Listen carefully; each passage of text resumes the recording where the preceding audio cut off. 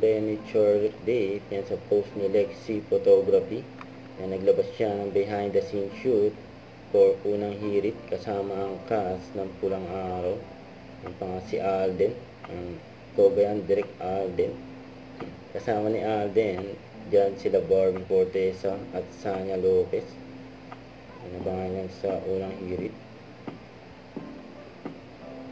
Ito naman ay sa taping ni Alden for Pulang Araw. Ayun pa nga si Mama Tin at Lisa diyan sa Kalumpit, Bulacan. Diyan sila nag-taping ng Pulang Araw. 5 days to go, GMA Gala na. Ayan ay pag-aanda sa GMA Gala 2024 diyan sa Manila Marriott Hotel.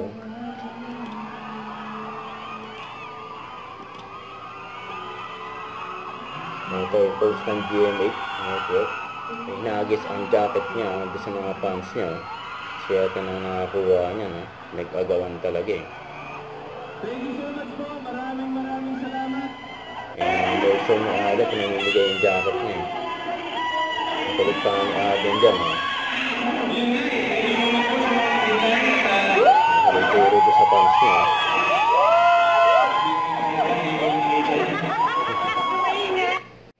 Huwag kalimutan mag-subscribe, click ang notification bell kung na-update ko on with your reaction vlog. Bye guys, thank you for watching.